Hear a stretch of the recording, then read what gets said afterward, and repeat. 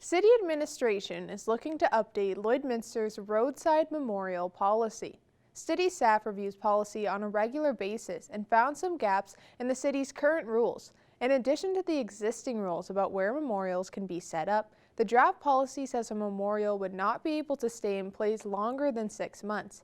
The city would be able to remove the memorial if it's not being maintained or if it interferes with the city project. But at the city, it's much more challenging because in some cases we have no boulevards in residential areas, or there is a boulevard, and that's not a very big area to erect it. So at the bottom line, I think the administration felt it was very important to make sure it was clear and crisp.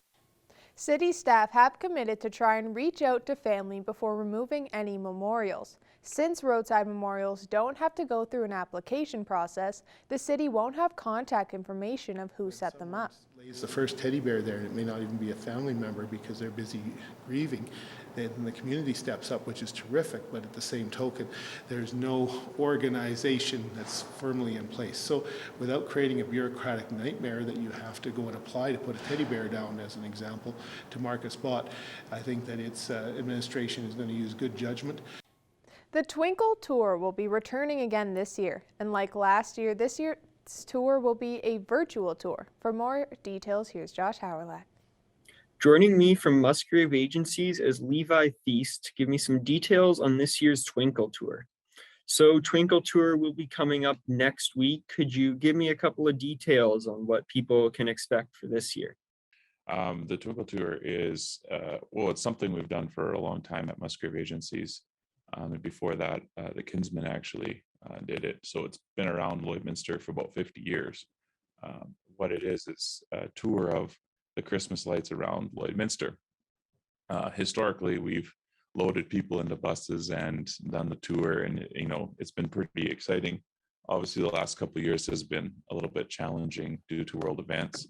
And so starting last year, what we did was the virtual tour, where we went and filmed a large sample of houses around Lloydminster and kind of put in some of the staples like the Christmas house and the park there out, the Kiwanis Park out north of town and stuff like that. And then put it all into a video so that people were able to still see the lights around town, even if they weren't able to get out and about. Last year, it was very successful for us in the sense that a lot of people were able to watch it and go through it. We had lots of good comments about it. So going into this year, we felt like we needed to do something similar just to keep the tradition of the Christmas time around here going. With the Twinkle Tour, we wanted to still offer that to the people around town. And so that's what we're doing this year again. We've expanded a little bit in the sense that we've now done a 3D walkthrough of the Kiwanis Park as well. So if you're unable to get out of your car and walk through the park to see the lights there, there's a virtual tour that you can go and click through, and that'll be launching again on the 13th at 6 o'clock. So you had mentioned that last year you had done it virtually as well with the video. Could you tell me what were some of the feedback or reactions that you got from the people who had seen it? You know what? The feedback was pretty good. Most of the people, the old timers that hadn't missed a Twinkle Tour in 20 years, were very understanding that life's a little bit different now, so we have to try it different ways. But some of the other people that maybe live a little outside of town that weren't ever able to make it in were just super happy and overjoyed that they were still able to participate in the festivities. As well as, last year what we were able to do is connect with a lot of the seniors' homes around town and provide them the video so they could actually stream it through their buildings. So the people that live there were still able to watch it without having to try to be technically savvy. So it worked really well, and we got a lot of positive feedback from it. And then, so how will this year work? Will it be posted online or onto your guys' Facebook page? Yeah, so we'll be premiering it primarily on our website, musgraveagencies.com. It's right on the front page. You can't miss it when you get there. And the video will be premiering at 6 o'clock. As well, we'll link it through to our Facebook, and we'll have it up on YouTube as well. And again, that'll be up for the whole length of the Christmas season. And then you'll be able to find it on our website even after that throughout the year if there's something you want to look at or you want to go through it again. And so when will the video be going online? So the official launch of it is it'll be December 13th, which is Monday coming up here at 6 p.m. is when we have it scheduled to launch. At that time too, we'll be open. Our front doors will be open for anybody who wants to come. We'll have some treats, and we'll have what we're calling a hot list, which is if you want to do a self-guided tour, we have some really good spots around town that will give you a little list to go. So the idea, come and get a treat with your family, hop in the car, go for a little self-guided tour around, see the lights as well. That'll be happening at 6 o'clock here too. So for this year's video, about how long will it be? How many houses have you guys visited and gotten videos from? You know what? It'll run probably about 4 to 5 minutes. And the amount of houses, goodness, I've been filming consistently for the last 2 weeks at night. So I'm going to say there's at least 25 or 30 different spots around town. And again, also featuring some of the bigger features in town as well. That's great. That's all the questions that I had. Is there anything else that you'd like to add? No, just make sure you come by the office and say hi. And if you're unable to, that's cool. We'll have it up and posted for you guys at 6 o'clock. Great. Thank you for taking the time to meet with me. Many area residents are familiar with the Milton Community Hall. A raffle is being held to raise money to help pay for operating costs. Stacey Comer has the details. I'm happy to be joined today on Primetime Local News by Robert Lundquist. And Robert is here today to talk about the Milton Community Hall raffle. Robert, thank you for joining us today. Oh, no problem. Happy to talk about our community. Well, Robert, the Milton Hall has been around for a long time, and I know that you guys are always doing fundraisers and doing some great things. The Milton S'morgs are known around the area when you guys were having them. And tell me about this fundraiser. What specifically are you raising money for? Well, I guess our community hall is no different than many other community halls or halls in general. And in our area, we're financially embarrassed to the point where we have to make a decision whether we keep operating or close the place down. And we're very fortunate to have some young girls or young people in our community that have taken an initiative to spearhead a raffle to raise some funds for just to be able to keep our hall operating. I mean, it takes a lot of money to heat it and have the power and the phone and everything there. So that's the reason, just the operations. And so what is up for grabs, Robert, in this raffle? What can people win if they purchase tickets?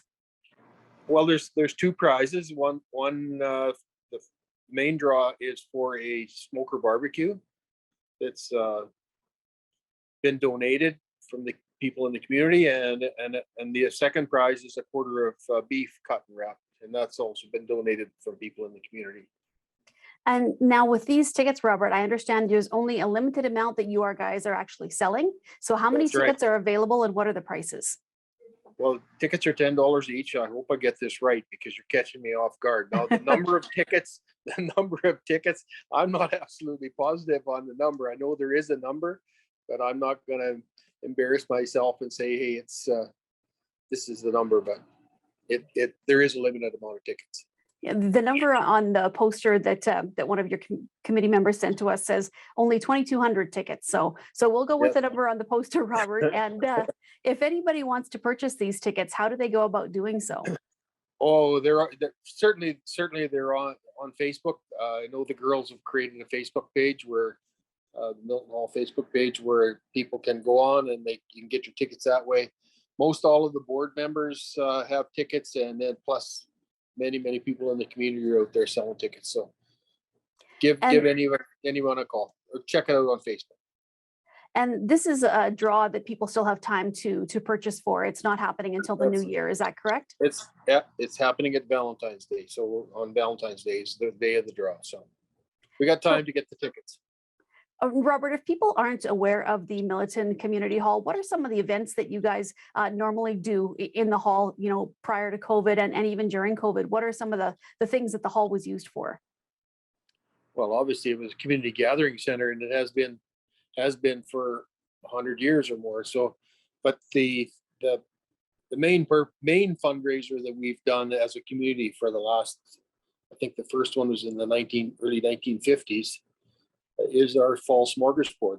People come from miles and miles to that smorg, and that's our main fundraiser as a community. Now we do have Christmas parties, and obviously we rent the facility to anyone can come and rent the facility. So it's just a great community gathering place for. Well, Robert, we appreciate you speaking with us today. And again, we're giving away here the Louisiana Grill and then the quarter of beef. So once again, if people are looking for information to purchase these tickets, Robert, best place to go. Best place, what the heck, just check it out on Facebook or call one of the directors, Esther Jess or myself or Mac McMillan, Carol Lundquist. There's lots of people that got tickets. We've got them. So just give us a call. All right. Well, thank you so much for joining us today, Robert, and good luck with the raffle. I'm sure it'll sell out quickly and hopefully we can get back to some sort of normal sometime again soon. Now Shelby Clark will take a first look at this Friday's temperatures.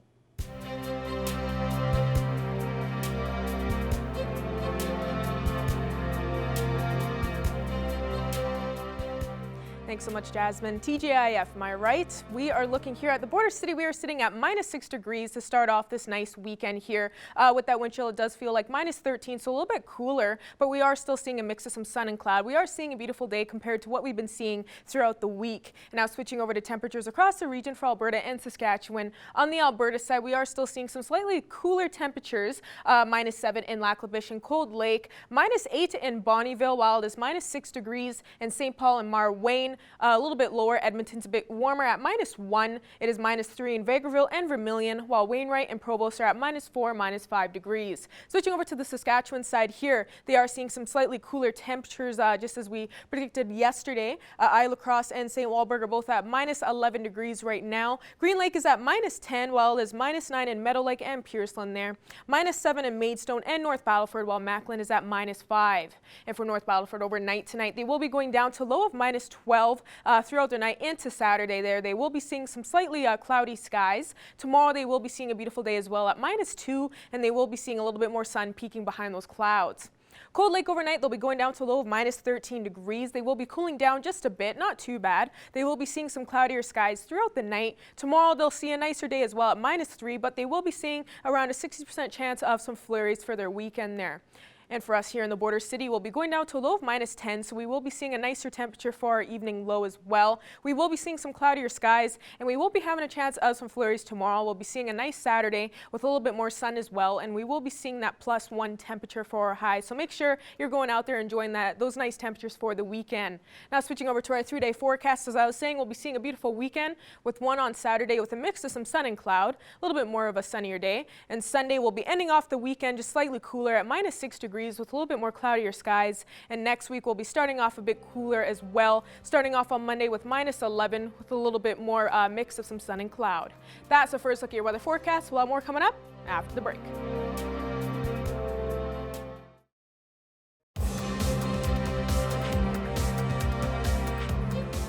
"75 players from Alberta and 41 from Saskatchewan were taken in Thursday's WHL Prospect Draft. Evan Kenny has more on the unique timing of the draft and the local talent taken. The WHL held their annual prospect draft on Thursday, giving 2006-born players their first opportunity to join a Western League team. The draft, typically held in May, was postponed last December. WHL Commissioner Ron Robson said this was to allow additional time for players in the 2006 age group to be evaluated following a challenging season due to the COVID-19 pandemic. It really is a crapshoot. I know it's not a perfect science in the Western Hockey League level, the Junior A level, or the NHL level. Guys miss on players all the time, so. Said Lloydminster Inland Steel Bobcats head coach Kyle Tapp ahead of the draft. The thing about the draft is it's a snapshot in time of, it's not necessarily who the best is now. It's, they're trying to forecast 17, 18, 19 years old. So, you know, there may be a player that's maybe not having success today, but, you know, the idea is that, you know, a few years from now with some help and some development, they'll be a much better player. Of the 214 players selected, 2 currently play in Lloydminster. Landon Ward and Cale Tippler were each selected by the Lethbridge Hurricanes. 8 other players were taken from around the region. For the players not selected, You know, this is a feather in your hat. If you do get drafted, it gives you an opportunity, and maybe it's the kick in the butt you need if it doesn't work. Evan Kenny, Primetime Local Sports. Now Shelby Clark will get a second look at this evening's forecast.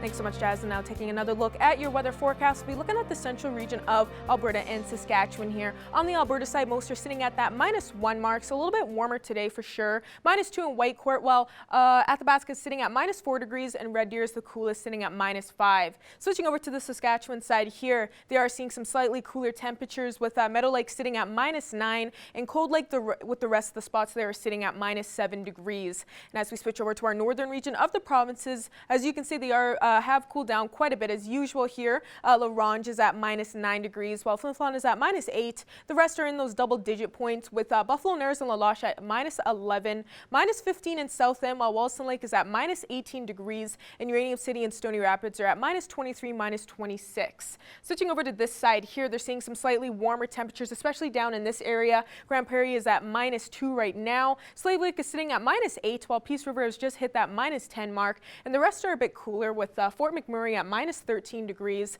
-18 in Fort Chipewyan, and high level is at -20. Switching over to our southern region of the provinces, as you can see, they aren't looking too bad. They are cooling down quite a bit, but it's not too bad here, with Lethbridge especially at -2, -1 in Calgary, while Medicine Hat is at -3 degrees.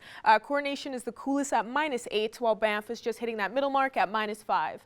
Switching over to this side here, they're seeing some slightly cooler temperatures, but not too bad. Most spots in the southern region here are still at those single-digit points right now.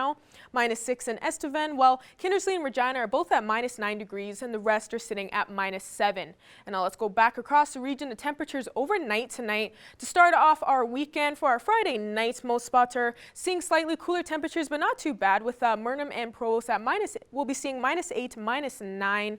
Wainwright will be seeing a low of -10 degrees for their low. Bonnyville and Unity will be seeing a low of -12 degrees, while Paradise Hill, Pierceland, and Meadow Lake will be seeing a low of -13. And Isle Cross will be seeing the coolest with a low of -15. But most spots across the region will be seeing some cloudier skies throughout the night, and won't be seeing a high chance of some flurries.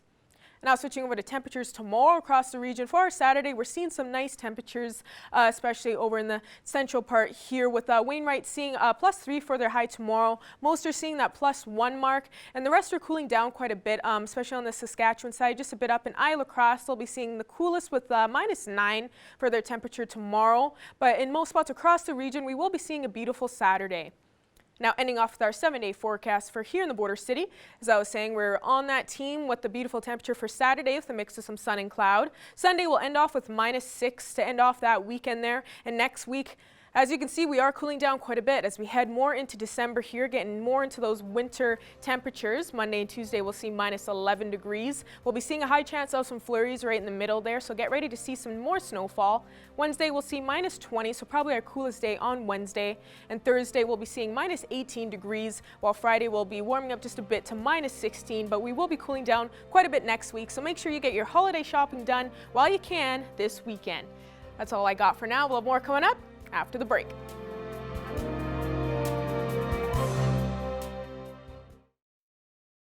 Take a shot, serve it up on the bar with everything you got. Today on Primetime Local News, I'm joined by one of the creators of a new video game that's combining sports and storytelling in a kind of unique but strange way. So, to Will Brierley, I'll say welcome to the show. But what can you tell people about Retired Men's Nude Beach Volleyball League? Yeah, it's a video game that comes out December 10th on Friday and on Steam. And it's a game, it's a really more of like a story, it's like a narrative volleyball game, like the normal narrative volleyball games they have out there. and but yeah, it's about an older person trying to learn new things in life, and his challenges and successes and everything in between. And despite the goofiness of the project, it's my understanding that there are actually some pretty true to life themes within this game. So I was just wondering if you could speak to that contradiction as well as maybe what the writing and development process was like. Yeah, so I, Aaron Blair and I, wrote it together. Aaron did, I'd say, majority of the dialogue and all the stuff, and we worked on a lot of, he's incredible writer, and uh, we just kind of would brainstorm different like stories of like real life and things that we think about over, of people, grandparents and parents, and there's tons of like things that are real to Aaron and I in there. And we, because we both wrote different parts of it, it's like we could kind of blend those worlds, and it's a lot of it's based on like things in our own lives too. As we get older, what are we thinking about on this too? Because it's weird. Like I feel like age is like a thing that, I mean, I've like friends in their 70s and 80s, and they don't seem old. When I was really little, that seemed old, but that doesn't seem old at all to me now. It's like, even I don't know, even people in there, I don't know, Betty White like looks amazing. So I don't know, she's I don't know, people are awesome. And a surface level question that I feel obligated to ask, since I'm sure it's on the minds of everyone that hears about this title: how nude are the characters in this game?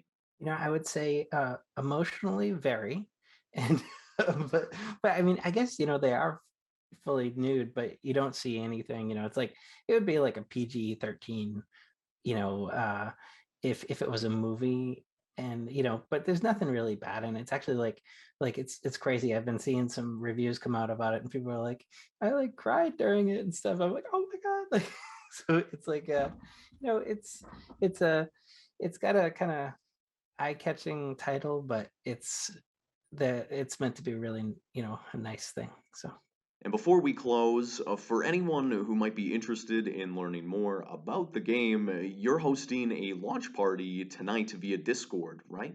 yeah, we so the first version of it came out on it was published by Humble Bundle, and we did a virtual party over Zoom, and it was so much fun. We wanted to do another one where it's basically everyone's welcome. You just kind of sign up on the Zoom link, and we'll send you the link, and can come in and hang out, and it'll be all the developers and writers, and Calvero, who sang the theme song, he'll be there, and a whole bunch of other folks, and everyone. I mean, last time we had people from like Italy and Brazil and all over the world hanging out, and it's just fun. Like it's so cool to like see the faces of people playing games and stuff, because it's like you put a game out there, and it's it just goes, you don't get to see the people after they play it. So Thanks so much for your time, Will. oh, thank you, thanks for having me.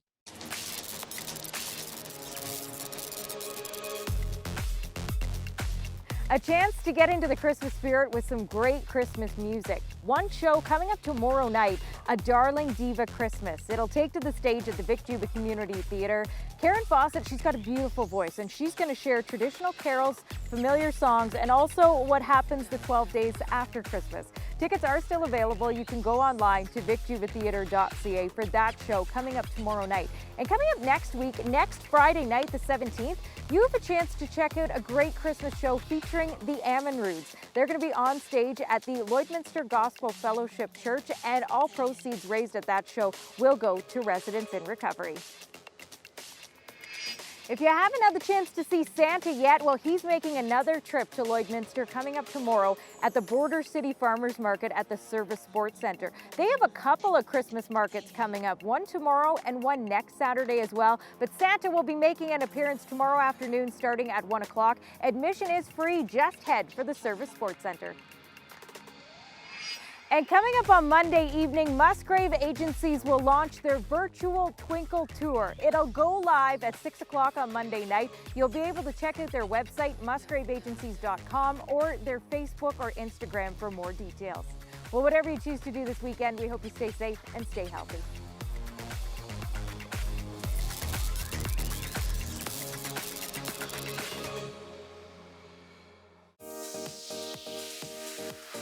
What's Happening is brought to you by Northern Factory Workwear, Circle Drive East, Saskatoon, and Highway 17 South, Lloydminster.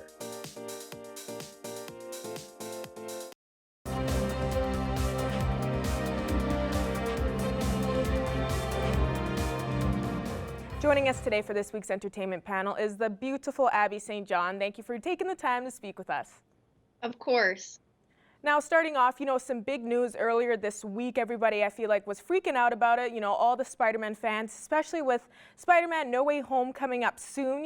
Everybody's super excited. I know we especially are excited. But when people saw this teaser trailer now for Spider-Man Spider-Verse 2, that's actually called Across the Spider-Verse Part 1, I think everybody online was freaking out, super excited to just see that this is actually going to be having, a second movie come out for this Spider-Verse movie series. Everybody loves Miles Morales and everybody's super pumped to see it. So let's talk a bit about this teaser trailer.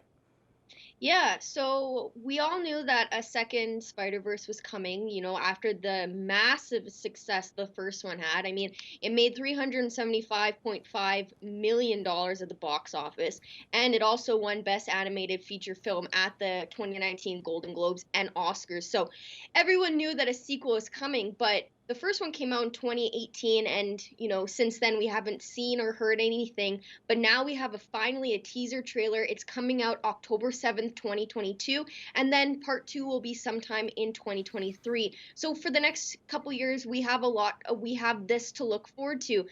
The teaser trailer doesn't give us too much information or too much of the plot, but it does start out how the first one ends with Miles listening to music in bed and then Gwen coming through the multiverse. Besides that, we see that Miles will be traveling through the Spider-Verse this movie, instead of, kind of having to close it in the first one. He'll be actually in the multiverse. And there seems to be another Spider-Man that we didn't really get to see in the first one, but we're not really sure if he's good or bad. It kind of looks like he's attacking Miles in the trailer, but again, we're not sure what that means or, what we can expect, but we can expect a lot of colorful scenes, a lot of vibrant looking scenes because he's in the multiverse, and even the teaser trailer was bright and very, very colorful, and it still kept that kind of comic book animation theme, which was so successful in the first one, and I really like that they're still doing it that way. Instead of just normal animation, they're giving it that comic book effect, which I think was super successful in the first one. So I'm super excited for this one, and we know that there will be a third one because this movie is split into 2 parts, so part 1 and part 2 coming out within a year of each other. So I'm very excited. Yeah, and I think that's what got a lot of Spider-Man, especially Miles Morales fans, so pumped to see that they had part 1 in the title, so it made everybody think, oh, we for sure are getting a second part. So everybody's just already excited for that second part. They knew what they were doing when they said part 1, and I think a lot of people that watched it were happy to see that. Of course, they had Miles Morales in it, but they also had Gwen continue on, so I think a lot of people are hoping to see if they will be seeing the other characters as well, maybe move into part 1 of this one as well, have some Jake Johnson Spider-Man come back, because we all know he was hilarious in the first one. But it's going to be interesting to see that. I think Spider-Man fans are getting a lot coming in the future, so I think everyone's going to be really excited to be able to see that, especially after having Spider-Man No Way Home, of course. Now, moving on, this was actually released today, even now for all the West Side Story fans, the musical. The trailer was released back in September and it was delayed due to COVID, but people are all speaking about the perfect casting for this, and it was released today, so it's going to be interesting to see what everyone's going to say about it after they watch. Yeah, there was an early release of it back at the end of November, so we have a little bit more of a review on it. It's certified fresh on Rotten Tomatoes currently, 92% critic rating, and a 97% audience rating for those who have seen it. It is now officially in theaters today, like you said, so more audience members will be able to see it. So far, it's made over $800,000 in the box office so far. So that's really exciting to hear. Now, there is a lot of great reviews on this perfect cast, but it seems to be that the supporting cast is what really stole the show. Ariana DeBose, who plays Anita, and then David Alvarez, who plays Bernardo, her boyfriend in the film, they steal the show and they have fantastic chemistry throughout. And Ariana's voice is just absolutely incredible, and she hits those really long notes that is so famous in this story. One of the reviews stated, in reviving West Side Story, Steven Spielberg and Tony Kushner have performed an act of lasting, lingering movie magic. So that's just a little taste of what to expect. You know, we have great singers, great dancing moves. You know, they went above and beyond with the set pieces and the design. So a lot of work and a lot of heart was put into this film, of this revival of the musical, you know, because it's been on for so long, it goes all the way back to the 60s. So there's a lot to live up to. You know, you have this famous Broadway show. There's already been a movie about it. So there's a lot to bring. And you know, Steven Spielberg, he's a seasoned vet in the directing world, and he's fantastic in a lot of what he does and what he puts together. So this is no different. It just adds to his catalog of fantastic films, and I think we'll be seeing a lot more of it. I would assume that it will get Oscar nominations, Golden Globe nominations, all of those. We definitely expect to see that in the coming months when those nominations are released. Yeah, and from me, my own perspective, like, I'm not a huge West Side Story fan. I have seen a play back in school in the past, and I really liked it though. And you know, for all the diehard fans out there for West Side Story, I think they're going to be excited to actually be able to see it in, you know, theaters now, just like now that it's actually released in theaters, that people can go and see it on the big screen. So hopefully they will have a strong turnout. From what you're saying, it already sounds like they got some strong support. But that's all the time we have for now, unfortunately. Thanks again so much for joining us today, Abby. Of course, thank you. We'll now be ending off with taking a quick look at your 7-day forecast. Once again, get ready to go outside for this weekend, because we'll be seeing some beautiful temperatures. The next week we will be cooling down to -11 on Monday and Tuesday, with a high chance of some flurries midweek there. So get ready to see some snowfall. Then Wednesday we'll be seeing our coolest at -20 degrees, and then we'll be warming up just a couple degrees on Thursday at -18 and -16 on Friday. Thank you for joining us on Primetime Local News this evening, and have a great weekend.